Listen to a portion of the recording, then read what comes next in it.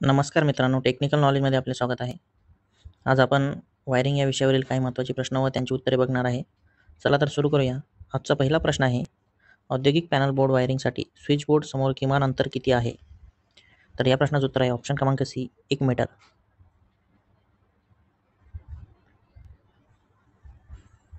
दुसरा प्रश्न आहे, स्टार्टरचे नाव कोणते? तर या प्रश्नाचं उत्तर आहे ऑप्शन क्रमांक डी, मिनी मॅन्युअल स्टार्टर. तिसरा प्रश्न आहे, TRS या संक्षेपाचा विस्तार काय आहे? तर या प्रश्नाचं उत्तर आहे ऑप्शन क्रमांक बी, कडक रबर मॅन.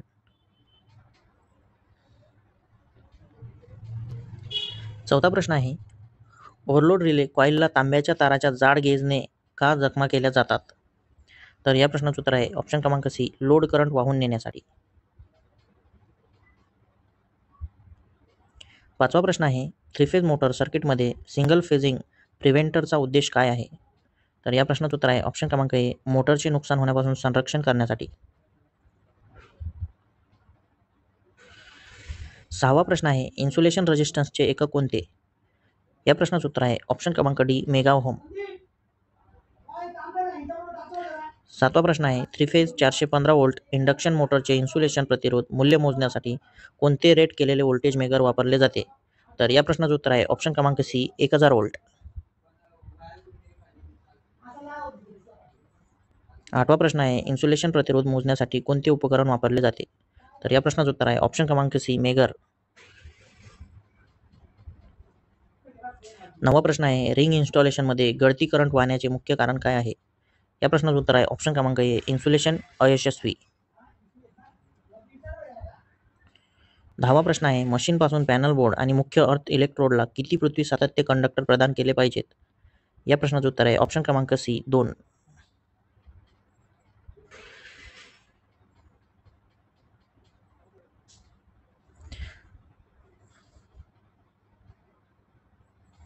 11वा प्रश्न आहे, मुख्य इलेक्ट्रोडपासून मोटरला अर्थिंग करण्यासाठी कोणत्या आकाराचा GI कंडक्टर वापरला जातो?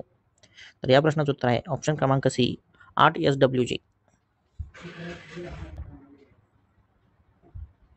12वा प्रश्न आहे, NE कोडनुसार संरक्षक अर्थिंग कंडक्टरचा कलर कोड काय आहे?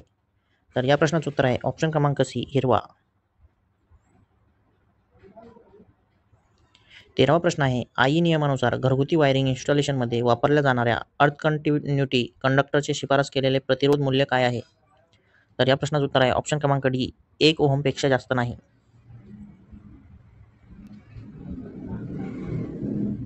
14वा प्रश्न आहे, AC थ्री फेज इंडक्शन मोटरसाठी किती पृथ्वी प्रदान करावी लागते? या प्रश्नाचं उत्तर आहे ऑप्शन क्रमांक बी, 2.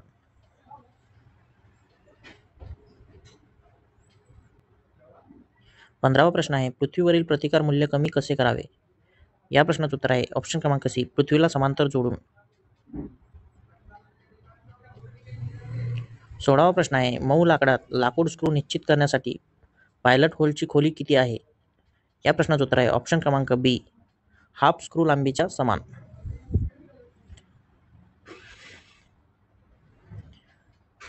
17वा प्रश्न आहे, 6 मिलीमीटर व्यासाच्या स्क्रू शॅकसाठी पायलट होल बनवण्यासाठी ड्रिलचा योग्य आकार कोणता आहे? या प्रश्नाचं उत्तर आहे ऑप्शन क्रमांक बी, 4 मिलीमीटर.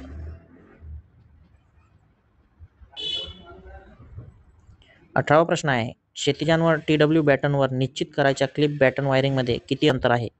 तर या प्रश्नाचं उत्तर आहे ऑप्शन क्रमांक बी, 10 सेंटीमीटर. 19वा प्रश्न आहे, बसबार चेंबरच्या कव्हर्सचा वापर करून स्टील शीटची जाडी किती आहे? या प्रश्नाचं उत्तर आहे ऑप्शन क्रमांक बी, 1.5 मिलीमीटर. 20वा प्रश्न आहे, औद्योगिक वायरिंगमध्ये स्विच बोर्डच्या समोर उपकरणे का लावली जातात? या प्रश्नाचं उत्तर आहे ऑप्शन क्रमांक डी, देखभाल दरम्यान वैयक्तिक संपर्क टाळण्यासाठी. 21वा प्रश्न आहे, बसबार चेंबरमध्ये उघडण्याचा उद्देश काय आहे? या प्रश्नाचं उत्तर आहे ऑप्शन क्रमांक ए, केबल नोंदीसाठी.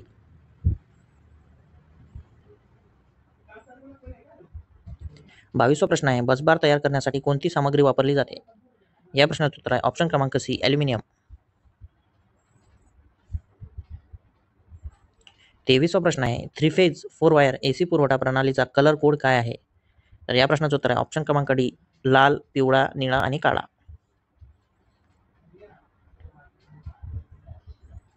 24वा प्रश्न आहे, एनी कोडनुसार सिंगल फेज AC पुरवठ्याचा कलर कोड काय आहे? तर या प्रश्नाचं उत्तर आहे ऑप्शन क्रमांक बी, लाल आणि काळा.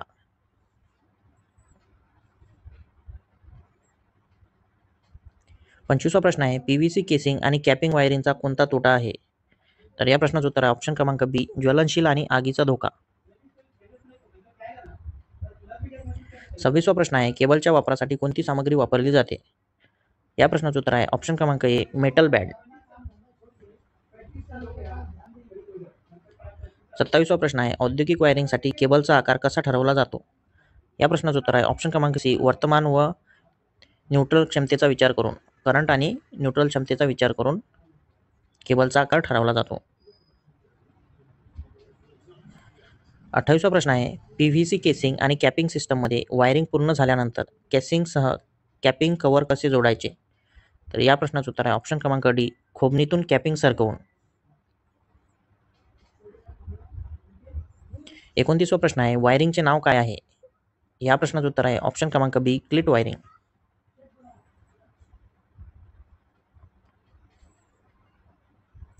30वा प्रश्न आहे, वायरिंग इन्स्टॉलेशनमधील ॲक्सेसरीजची भौतिक स्थिती कोणती आकृती दर्शवते? तर या प्रश्नाचं उत्तर आहे ऑप्शन क्रमांक सी, स्थापना योजना. 31वा प्रश्न आहे, कोणती वायरिंग भिंतीमध्ये लपवून पृष्ठभागावर करता येते? तर या प्रश्नाचं उत्तर आहे ऑप्शन क्रमांक सी, PVC कंड्यूट वायरिंग. 32वा प्रश्न आहे, चित्रणाचे नाव काय आहे? तर या प्रश्नाचं उत्तर आहे ऑप्शन क्रमांक सी, स्थापना योजना. 33वा प्रश्न आहे, BIS नुसार पॉवर सब सर्किटमध्ये किती आउटलेट पॉईंटची शिफारस केली जाते? तर या प्रश्नाचं उत्तर आहे ऑप्शन क्रमांक बी, 2 गुण.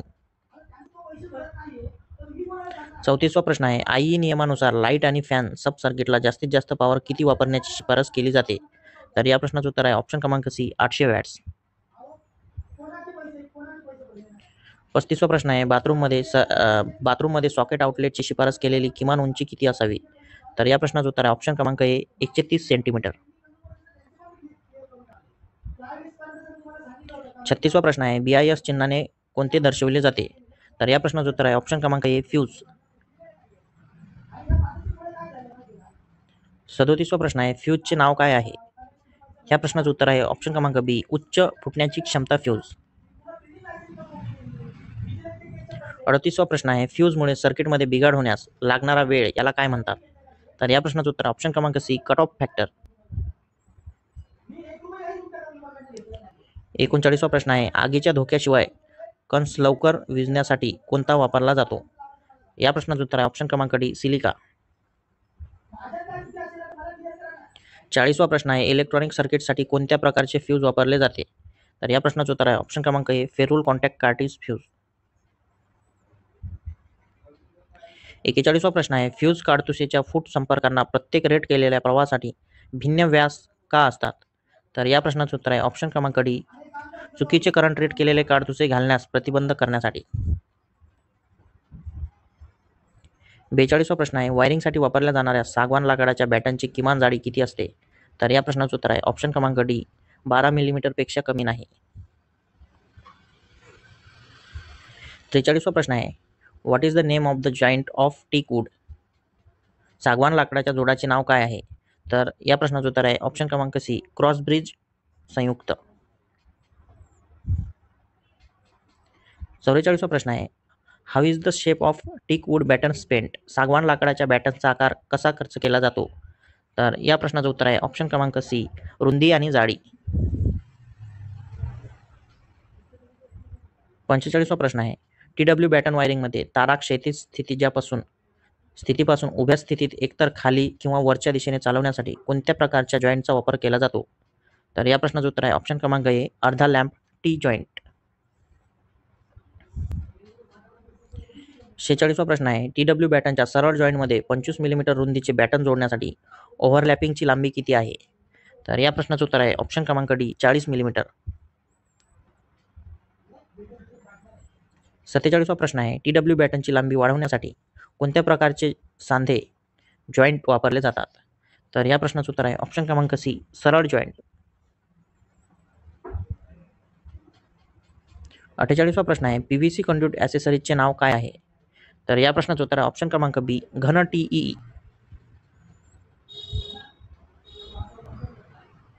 49वा प्रश्न आहे, वायरिंगसाठी पुरवठा सिंगल किंवा थ्री फेज निवडण्यासाठी कोणता घटक विचारात घ्यावा? तर या प्रश्नाचं उत्तर आहे ऑप्शन क्रमांक 1, कनेक्ट केलेले लोड. 50वा प्रश्न आहे, इमारतीच्या बांधकामादरम्यान कोणत्या वायरिंगचे नियोजन आणि अंमलबजावणी करावी लागते? तर या प्रश्नाचं उत्तर आहे ऑप्शन क्रमांक डी, लपविलेले वायरिंग.